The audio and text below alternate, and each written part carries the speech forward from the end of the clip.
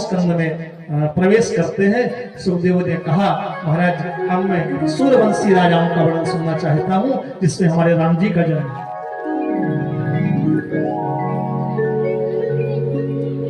परीक्षित जी ने कहा मन्वंतराणि सर्वाणि तयोक्तानि सुतानि में वीर्यानंत वीर्यस्य हरेस्तत्र कृतानि च।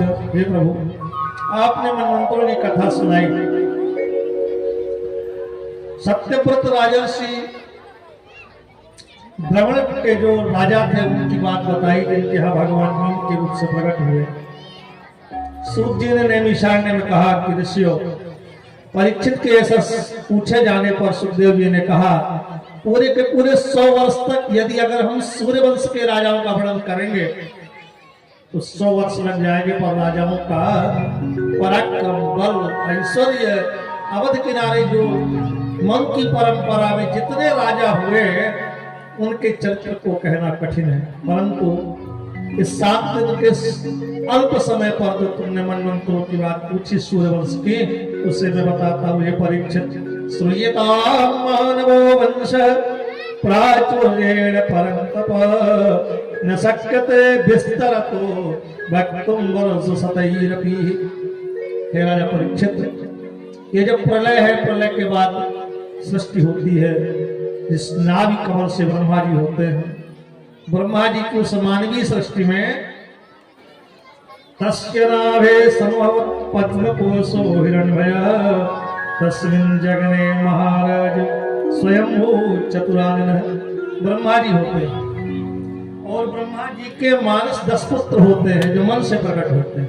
इनमें मरीचि और मरीचि से कश्यप हुए महाराज, कश्यप से और अदिति से जिन्हें दाक्षायणी भी कहते हैं परीक्षित उससे विवस्वान मनु हुए, इनसे सूर्यवंश चला।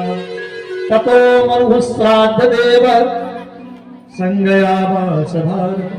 हे परीक्षित श्राद्ध देव मनु से संज्ञा रानी से 10 पुत्र हुए।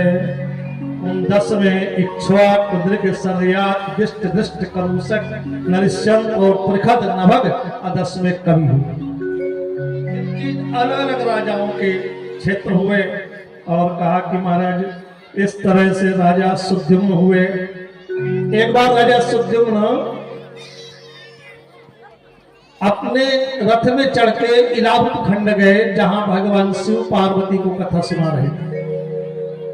वहीं पर इन्हें स्त्रीत्व की प्राप्ति हो गई क्योंकि पार्वती जी शिव जी से कुछ एकांत में कुछ बातचीत करना चाहती थी, पर बीच में महात्मा लोग आ जाते थे तो शिव जी ने वहां इस क्षेत्र को आरक्षित कर दिया, यहाँ जो आएगा वो स्त्री बन जाएगा।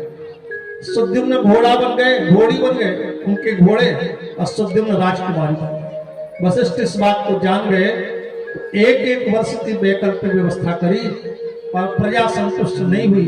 1 वर्ष 1 माह के बीच में आवश्यकता आ जाए तो हमारा राजा राजकुमार तो महलों में निवास रहे तो ठीक नहीं। अंत में दूसरी रानी से इनके पुत्र हुए और ये जंगल भजन करने के लिए चले गए। वैवस्वत मनु के 10 पुत्रों में 5 पुत्रों के वंश की परंपरा पृखद ने जो गौ सेवा किया और महाराज राजा सदयाती हुए जो सदयाती आगे अपने रथ में जंगल भ्रमण करने के लिए गए। परीक्षित जहां अपनी बेटी सुकन्या को ले गए वहां भ्रमण करते हुए सुकन्या ने कुहल बस एक महात्मा चवंजी भजन कर रहे थे उनके नेत्रों में कांटे को तोड़ के भेदन कर दिया जिससे रुधिर की ज्वाला पड़ी और अंत में उन्होंने श्राप दे दिया ये तो कन्या को मेरे पास दे दो मैं तुम्हारे राज्य पाठ को नष्ट कर दूंगा। राजा सदयाती अपनी बेटी सुकन्या को दे के वापिस आ गए। एक दिन महात्मा ने सोचा कि राजकुमारी अगर राजकुमार से विवाह होता तो राजकुमार का जो राजभवन का उचित सुख है भोगती और ये महात्मा के चक्कर में बेटी पढ़ के सेवा कर रही है। अश्विनी कुमार आई जो हवन जिन्हें प्राप्त नहीं होता था व्यवस्था रखी बोले हमें तुम सुंदर बना दो हम तुम्हें महाराज हव्य देना चालू कर देंगे। यज्ञों में सिद्ध कुंड में स्नान कराया च्यवन ऋषि को अश्विनी कुमारों ने जो डॉक्टर है देवताओं के वैद्य है वो ठीक उनके समान हो गए। और एक सुंदर आसो बना के दिया जिसका नाम च्यवनप्राश है, जिसे बहुत कंपनियां बनाती हैं। उन्हीं के नाम से उस आसव को महात्मा जी पाने लगे, तब हो गए। एक दिन उनके पिताजी आए रथ में घूमते हुए, रानी ने भेजा कि जिस महात्मा के चरणों में बेटी को सेवा के लिए दे आए उसको जाके देखो जीवित है कि मृत्यु को प्राप्त होगा। देखा कि योग के द्वारा रिद्धि सिद्धि महात्मा के पास। तीसरे मंजिल में बेटी झूला झूल रही है उस च्यवन ऋषि राजकुमार बने हुए महात्मा के साथ। कहा तुमने उस महात्मा को मार के फेंक दिया, किसी दूसरे पुरुष से प्रेम करके झूला झूल रही हो। हाथ जोड़ के प्रणाम किया, पिताजी ये आपके दिए हुए ही दामान च्यवन ऋषि हैं जो अश्विनी कुमार की कृपा से सिद्ध हो गए, तरुण हो गए। इस तरह से हाथ जोड़ करके प्रणाम किया और पुनः मतलब अपनी बेटी को सुखी देख के पिता वापिस आए सजाती। आगे महाराज उन्हीं के यहाँ उसी परंपरा में राजा रैवत हुए, इनके रेवती का विवाह आगे बलराम जी के साथ होगा।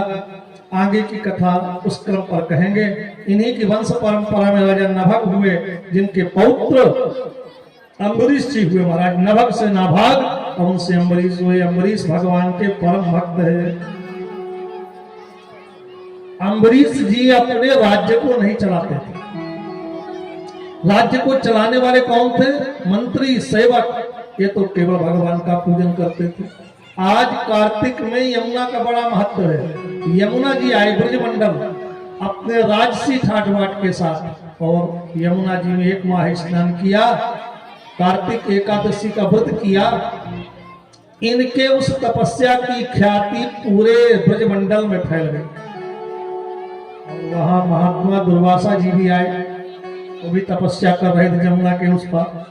तो ब्रजवासियों ने जाके बताया कि अयोध्या के राजा महाराज जो अम्बरीश हैं बहुत बड़े वैष्णव भक्त हैं, कितने यहाँ उनके रोज भंडारा पाते हैं और वो केवल भगवान गोपाल जी की सेवा करते हैं। सवई मन कृष्ण पदारविंदयो बचांसि वैकुंठ गुणानुवर्णने करो हरे मंदिर मार्जन दिशो सुतिम चकाराच्युत सत्कथोदय सुतिम चकाराच्युत सत्कथोदय। इतना बड़ा राजा जिसे एक मिनट भी समय नहीं है कि भगवान की सेवा कर सके, पूरे राज्य तंत्र को देख ले। निरंतर मन भगवान कृष्ण में लगा रहता। अपने हाथों से मंदिर की झाड़ू बहारू करते, पार्षद धोते, माला बनाते, ठाकुर जी के लिए भोग लगाते। उनके वैष्णवता की भक्ति का प्रचार सब जगह फैल गया। लोगों के कानों में, लोगों के हृदय में, मन में किसी की प्रशंसा सुनने के बाद बड़ा क्रोध होता है। वो कभी किसी की प्रशंसा सुनना नहीं चाहते। दुर्वासा ऋषि को पता लगा कि हमसे बढ़ के कौन श्रेष्ठ ऋषि हो सकता है तपस्वी। तब तक परीक्षा लेने के लिए आ गए जमुना जी में शिष्यों को सहित स्नान करके। बोले आज हम कई शिष्यों के सहित भंडारा पाएंगे आपको। 2-4-500 महात्मा है, बेचारे प्रसाद बनाए पर एकादशी करते। एकादशी का नियम है स्मार्त माने स्मृति के अनुसार, एक वैष्णव माने वैष्णवता के अनुसार। स्मृति शास्त्र का ही अंग है। उस स्मृति में रात्रि में भोजन न कर, सुबह निर्जला एकादशी व्रत कर और द्वादशी को जब तक द्वादशी रहे तो भोजन कर ले, पारणा जिसको कहते हैं, तभी एकादशी का फल है। ऐसा स्मार्ता नाम कर। दसवीं बिल्कुल न हो। वैष्णवा नाम में द्वादशी चाहे आधे घंटे हो और उसी को दूसरे दिन वाली करेंगे, ऐसा नहीं है। एकादश्याम निराहार, संकल्प करके भगवान का भजन करें। तो एकादशी का नियम है कि खासकर माताएं जो पेंडिंग का काम पिछला है वो सब एकादशी के दिन करेंगे। और इसके बाद 1-2 घंटे में कुछ न कुछ जलपान लेती रहेंगे, ठीक है ना। ज्यादा होगा मार्केट में फोन कर देंगे आज एकादशी है, कुछ मीठा फल और ज्यादा लेते हैं। जैसे दिवाली मनाते वैसे एकादशी मनाना चालू कर दीजिए। पूछो तो महाराज जी क्या करें, बीपी की गोली लेते हैं ना, तो कुछ जलपान करना आवश्यक। सुबह से शाम तक 2-2 घंटे कुछ लेते जाएंगे। महाराज डॉक्टर ने बोला नमक भी लेना और मीठा भी लो। चलो उस दिन चकाचक रहता है, बाकी दिन तो ठीक। एकादशी ऐसा निराहार रहते थे। और जो द्वादशी जाने वाली थी तो भगवान का चांदी के गिलास में चढ़ना बत्ती रहे। बस उसी समय अम्बरीश आ गए। अम्बरीश के पास दुर्वासा आ गए, बोले महात्मा ढोंगी है, हमारा निमंत्रण करके और स्वयं भोजन करके जल पी रहा है। अपने दाहिने कान से बाल को पटका सो कृत्या नाम की राक्षसी उत्पन्न हो गई। अकृत्या नाम की राक्षसी खाने के लिए दौड़ी, सो भगवान ने अपने चक्र को प्रकट कर दिया। बोले चक्रराज भगवान की। चक्र में करोड़ों सूर्य का प्रकाश है। भगवान के वैकुंठ का दिव्य आया। चक्र को बोलने की शक्ति है, भगवान के धनुष के बोलने की शक्ति है, भोलेनाथ के त्रिशूल के बोलने की शक्ति है। ये सब भगवान के आयुध भी दिव्य होते। कहा कि महात्मा को मारना नहीं पर भयभीत करना। तीनों लोकों में गए दुर्वासा जी, चक्र पीछे लगा है। यथा चक्र भय ऋषि दुर्वासा। जिसने भक्त का अपराध किया उसे भोले बाबा ने कह दिया चले जाओ, मेरा ठंडा प्रदेश है, और जल जाएगा इस चक्र के प्रभाव से। ब्रह्मलोक में दुर्वासा जी को ब्रह्मा जी ने मना कर दिया। बोले मेरी पूरी सृष्टि के कागजात जल जाएंगे महाराज, बड़ा तेज है, आप आगे जाओ। और जब वैकुंठ गए तो भगवान नारायण ने कहा कि मैं तुम्हें उपाय बता। भगाया नहीं, भगवान है ना, साक्षात नारायण। एते चांस कला जाता कृष्णस्तु भगवान सो, उपाय बता रहे। इनने कहा एक काम करो, आप जाना ही चाहते हो तो अब सीधे आप जहां आपके भक्त आपकी प्रतीक्षा कर रहे हैं, यमुना किनारे अम्बरीश के पास चले जाओ।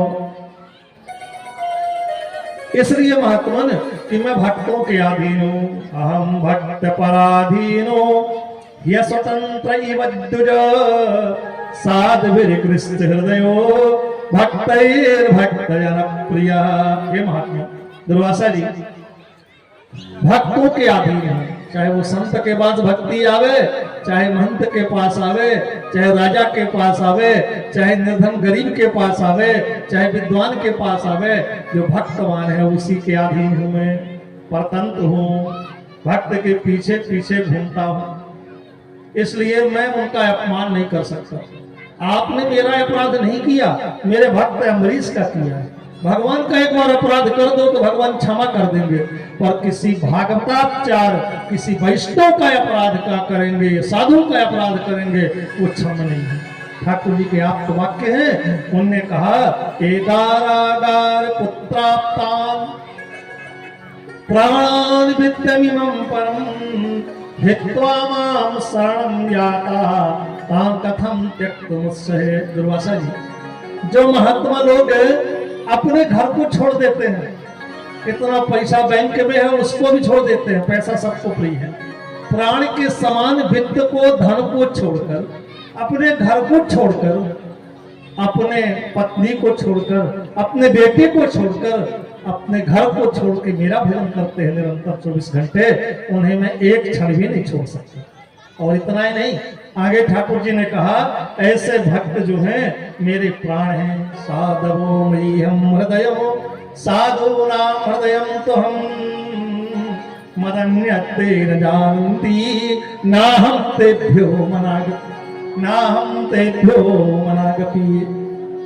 दुर्वासा जी जो महात्मा है उनकी हृदय में बैठा रहता है, इसलिए भक्ति भक्त भगवंत चतुर नाम बपुए तिनके पद वंदन करत नासत भी गया है।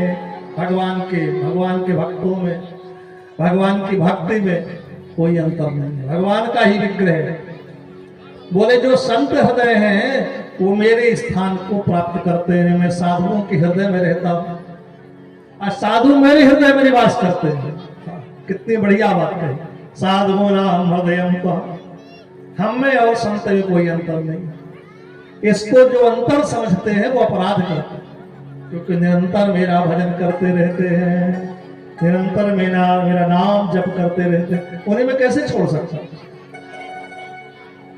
अब आपको उपाय बताता हूं। उपायं कथयिष्यामि तब विप्रसृणुस्वतः मदन्यते न जानन्ति यास्तु वही भवन, जिसका आपने अपराध किया है आप वहीं चले जाए।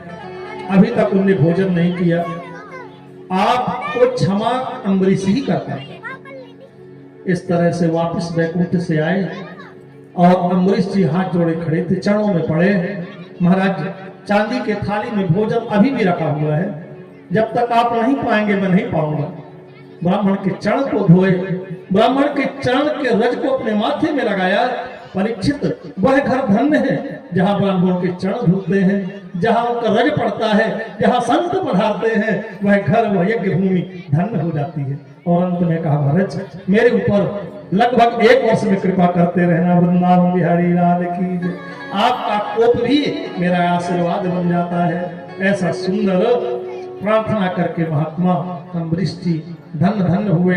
इसका अर्थ है कि ज्ञान श्रेष्ठ नहीं, तप श्रेष्ठ नहीं, भक्ति श्रेष्ठ है। भगति स्वतंत्र सकल गुण खानी, अभिनु सत्संग पावई प्राणी। इस तरह से हमारे भगवान सुदर्शन की प्रार्थना किया। सुदर्शन भगवान के नारायण के रूप चले गए। आगे इक्ष्वाकु वंशी राजाओं का चरित्र है, इसमें सौभरी का उपाख्यान है।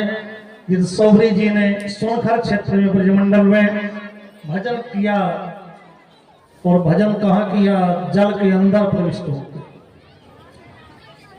माया से अलग रहने के लिए विचार किया, किंतु वहां उन्होंने एक मछली मत्स्य का प्रेम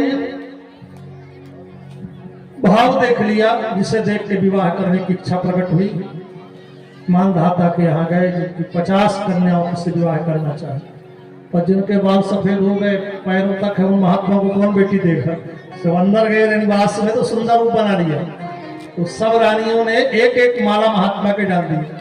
बोले मना कर देता तो राज्यपाट नष्ट कर देते, तपस्वी है, इसलिए इन्हें रूप बनाया और बेटियां उनके साथ चली गई। ये वृंदावन में सुनखर क्षेत्र में रहने लगे, जो वृंदावन रणदेती से 15 किलोमीटर, जहां परम पूज्य संत प्रबुद्ध ब्रह्मचारी जी महाराज, स्त्री अवध के अभी जो वर्तमान महंत है नृत्य गोपाल दास जी महाराज, इन दोनों की जन्मभूमि सुनखर के पास की। वृंदावन बिहारी लाल की जय। ऐसे महात्मा सौभरी ऋषि जी ने का कुंड है, और काली कुंड में कथा बताएंगे जहाँ काली सुरक्षित रहता था, भयभीत नहीं हुआ। इनके 5-5 पुत्र हुए। हजारों पुत्र के बाद जब ऐसा विवाद होने लगा तो उन्हें सब छोड़ करके फिर भजन करने के लिए ब्रजमंडल के इस पार आ गए। मुने एकांत जीवन महात्मा चाहता है कि भजन एकांत में होगा, गृहस्थ में ज्यादा रहना ठीक नहीं है। ऐसे महात्मा सौभरी का उपाख्यान है, राजा सगर का उपाख्यान है, रोहित के वंश की परंपरा का उपाख्यान है। जिन सगर के यज्ञ के बाद एक कलश से 60,000 पुत्र हुए और एक से एक हुए, और इनने भी 80 यज्ञ किया, जिससे इंद्र बनना चाहते थे। 100वें यज्ञ की परंपरा में घोड़ा को चुरा के इंद्र राजा सगर के यज्ञ में उस इंद्र के द्वारा घोड़ा चोरी करके और कपिल के आश्रम में पूर्वी समुद्र में जाकर के स्थापित कर दिया, कपिल के आश्रम में, ताकि न 100 यज्ञ होंगे न इंद्र बने। सबको अपने कुर्सी की चिंता। जैसे अपने यहाँ इस इलेक्शन में कितना धन संपत्ति सब कुछ चुनाव में लगा देते, चाहे वो विधायक का हो, चाहे सांसद का हो, चाहे ग्राम प्रधान का हो। यही नियम उन पर भी था। इंद्र न बन पावे, इंद्र का कुछ समय और चले, तो इंद्र ने ऐसा कार्य किया महाराज।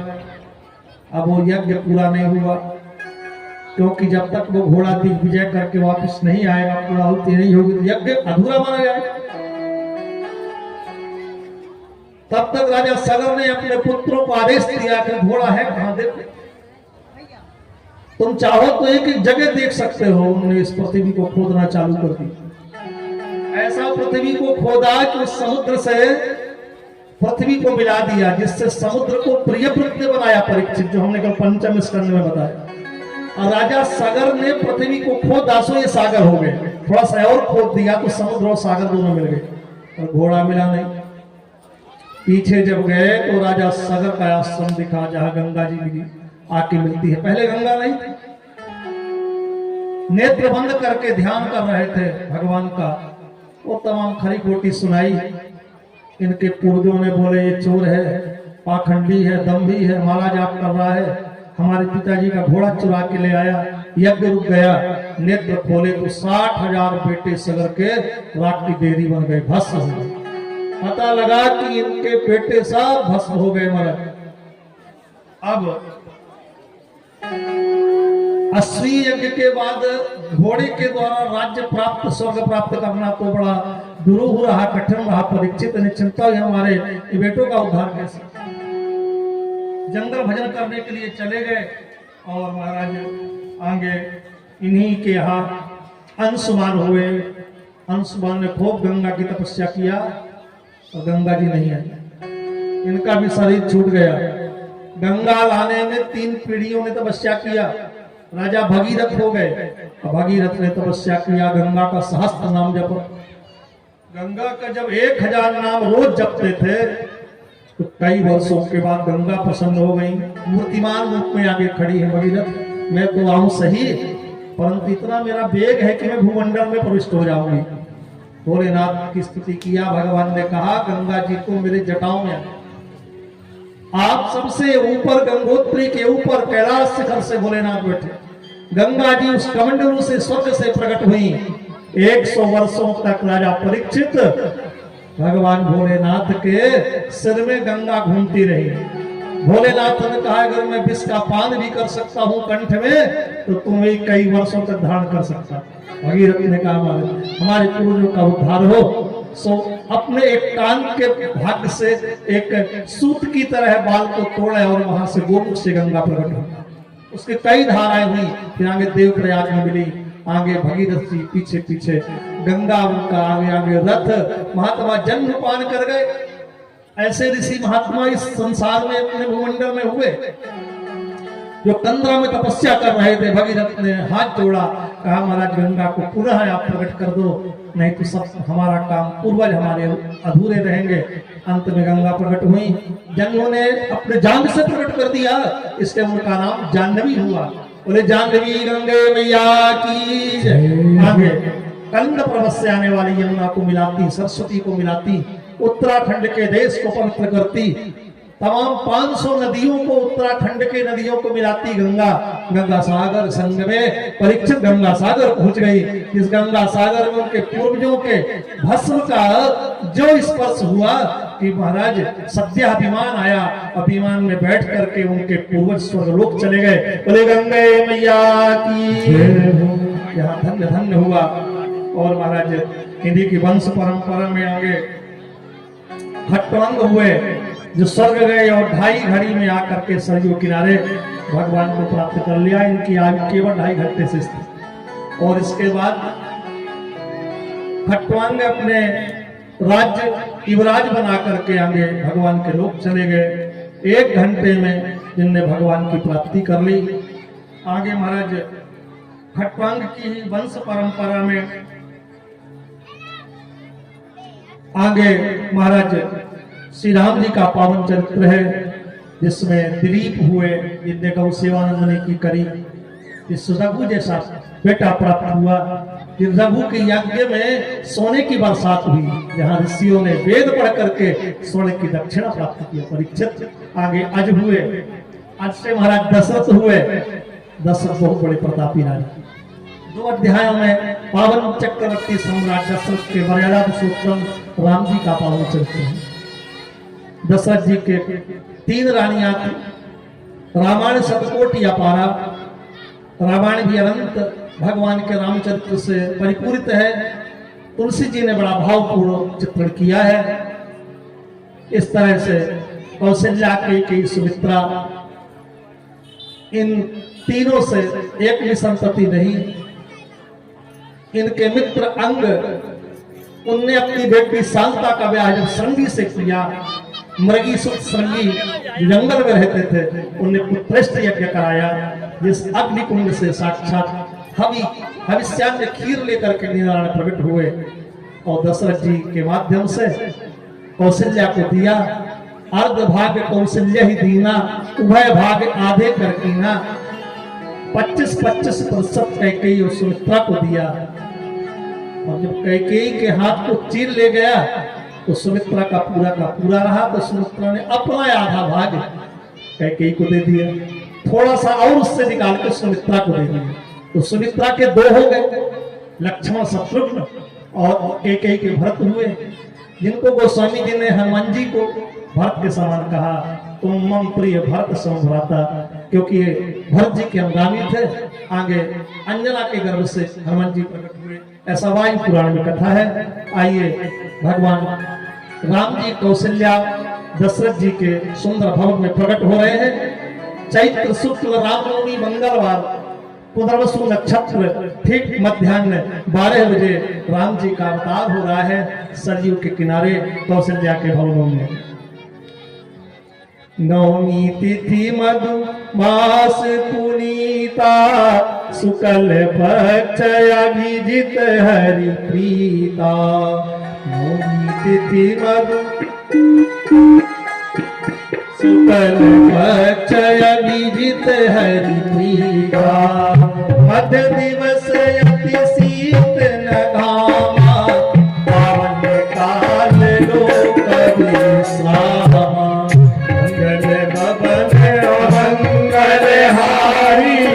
प्रभु दशरथ अजर बिहारी, मंगल भवन अमंगल हारी। प्रभु दशरथ अजर बिहारी, जब जब होई धर्म कलहारी।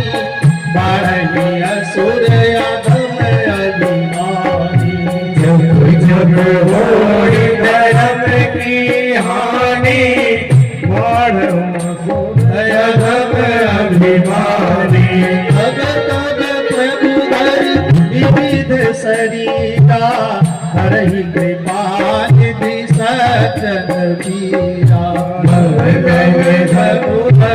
विविध शरीरा, हरहि कृपा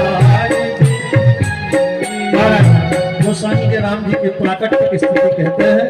मध्याह्न 12 बजे भगवान सूर्य रुक गए, कौशल्या का तेज बढ़ गया।